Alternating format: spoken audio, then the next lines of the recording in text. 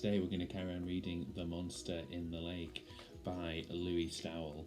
And if you remember yesterday, we had the strange voice saying, goose poo. We don't know where it's come from, so hopefully this chapter will help us. This chapter is chapter 3, The Voices.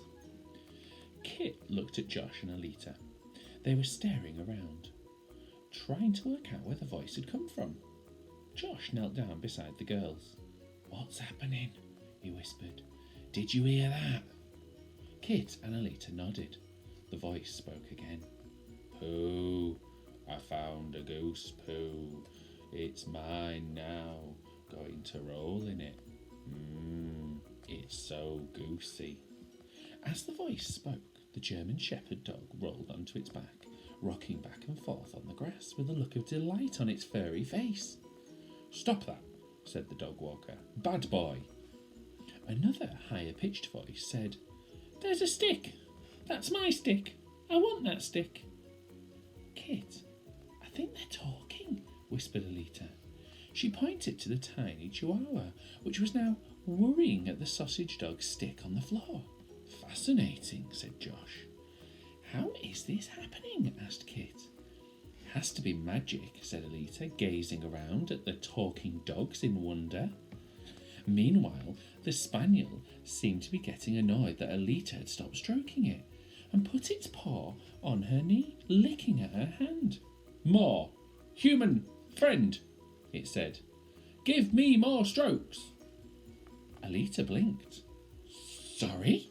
she said, and continued stroking the dog. "They're not just talking, they're talking to us." The dog walker chuckled. "They do seem like they can talk at times," she said. "I don't think they can hear them talking," Josh said under his breath. He smiled at the dog walker. "Cute dogs." "Thanks," said the dog walker. "Thanks," said an intelligent-looking collie. Kit knelt down to stroke it. "Who's a good boy?" she asked, feeling a bit awkward. "I'm a good girl," said the collie. "But I am good. I'm a good girl." "Why are you talking?" Kit whispered, stroking the collie and leaning closer so the dog walker couldn't hear her. "I'm always talking," said the collie. "It's just that usually no one listens." "Can I have some bacon?" "Pardon?" said Kit. "Bacon. Bacon. Since I have your attention, I'd really like some bacon. I'm always telling people I want bacon, but they never listen. Bacon?" "Sorry, no bacon," said Kit, feeling sorry about disappointing the incredible talking dog. "I'd better get on," said the dog walker. "Have to keep up the pace or they'll all start deciding to wander off in different locations. Have a nice afternoon. Lovely day, isn't it?" "Bye," said the collie. "Bacon. Bacon next time." The children stared as the dogs trotted away, chatting as they went. "Pooh again! Bacon! Squirrel!" The children stared after the dogs for a moment. "What just happened?" said Kit. "A spell?" suggested Josh.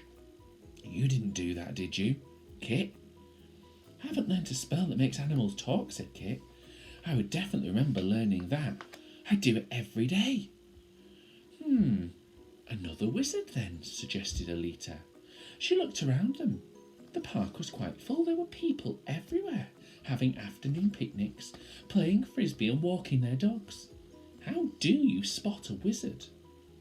"Well, according to the book Faith gave me, there's no obvious signs unless you have some special equipment like a thermometer," said Josh. "Wizards just look like me or you. Or Kit, obviously." "Let's walk around, see if we can spot anyone doing spells," said Kit. They couldn't see anyone who looked like they were doing magic. No one waving their hands suspiciously or muttering words in the mishmash of languages that were made-up magical spells. Not a single wizard anywhere. But as they passed a flock of crows all clustering round a tree, they heard something. "Get off my perch, you bunch of scraggly pigeon lickers!" "It's not my perch, it's not yours, it's mine," said a second crow. "Get your own perch, you tatty-feathered slow flapper." "Hey, crows," Alita called up to the tree. "Can you understand us?"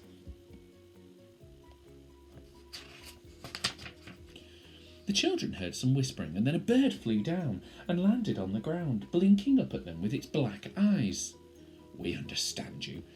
We don't know why," said the crow. The bird peered up at Kit. "Wizard," it said. "I smell wizard. Did you do this?" "No, I swear," said Kit. "Humph," said the crow. "It's usually wizards. Don't trust wizards. Oh, worm crowkind alert. Worms." The rest of the crows flocked down and started pecking at the ground, ignoring the children and feasting on the delicious wiggly worms. Kit, Josh and Alita moved on. As they reached the wooded part of the park, they heard some squeaking voices. It took a while to work out where they were coming from, until Alita knelt down and pointed. "Ants! A colony of ants! There's a colony living here." But although they were saying words in English, none of it made any sense. Each ant on the ground would squeak out words seemingly at random. "Earth! Magic! Ah! Change! New! Coming! Beneath! Hungry!" "Wait," said Alita. "Insects are hive creatures, so they do everything as a group. So each ant isn't going to say anything interesting. Maybe we need to put them all together. Maybe the order of the words doesn't matter." "I don't think we can hear all the ants speaking," objected Josh. "They're spread over too wide an area, so we'd probably miss some of their words." "We could go around recording them all," Alita said, "then just put them together afterwards." "Or we could just find a creature that makes sense on its own," suggested Kit. She spotted a water vole in the undergrowth by the lake. "Hey!" she called, waving at the vole. It gave her a distrustful stare. "No, not talking to you," said the vole. "Humans own cats and dogs. Dogs eat voles. Humans are bad news." "I promise," said Kit. "I promise I won't hurt you. And I don't have a dog." "But I have some food," said Alita, trying a different approach. She pulled a bag of crisps from her shirt pocket. The vole looked interested. "I'm listening." It scuttled closer. Alita held out her palm with some crisps on it. Kit wondered if putting your fingers within biting range of a toothy little mammal was a good idea. But the vole came up quickly and nabbed the crisp from her palm, and then scuttled back to a safe distance. "Why can you talk?" asked Josh, as the vole nibbled. "Why can you talk?" asked the vole. "You can't normally, just human noises." "Have you noticed anything weird?" asked Kit. "Like anyone doing magic spells?" "Don't know about magic," said the vole. "But there's something..." It glanced around. "Something new here. More crisps?" Alita shook her head. "Bye," said the vole, and disappeared into the undergrowth again. "The animals in this park are very unhelpful," said Josh grumpily. "I think they're just hungry," said Alita. "I'm not very talkative when I'm hungry." "It's a pity there aren't any monkeys here. I bet they'd be better at explaining things," said Kit, "because they're more like us." "Crows are actually very intelligent," said Alita, "but I don't think they care much about us and what we want. I wouldn't if I was them. They're interested in crow things. If the animals aren't going to be helpful, how are we going to work out what's going on?" asked Josh. "Well, no one else seems to be able to hear the animals talking," said Kit. She gestured to the other people in sight. Everything else seemed normal, and no one was running around screaming, "Oh my God! Talking animals!" "Maybe it's because we're kids," suggested Josh. "Adults are too close-minded to see stuff they don't expect to. That's how it is sometimes in Danny Fandango." "But there are kids here too," said Alita. She pointed to a small boy, not far away, playing fetch with a spaniel. There was no sign that they were having a conversation. So, it's just us who can talk to the animals, said Kit. That would make sense if it was just me, because, I'm a wizard. But if you two can as well, so... She frowned. How can we find out what's going on? Josh and Alita both smiled at once. Kit didn't like those smiles. I know, said Josh. We can go to the library and research. Or we could do a spell, suggested Kit. Or we could do research. So, we're going to go and sit inside and read books on a day like this, asked Kit. Exactly, said Alita. Yay, books! Yay, said Kit, in the least yay voice imaginable.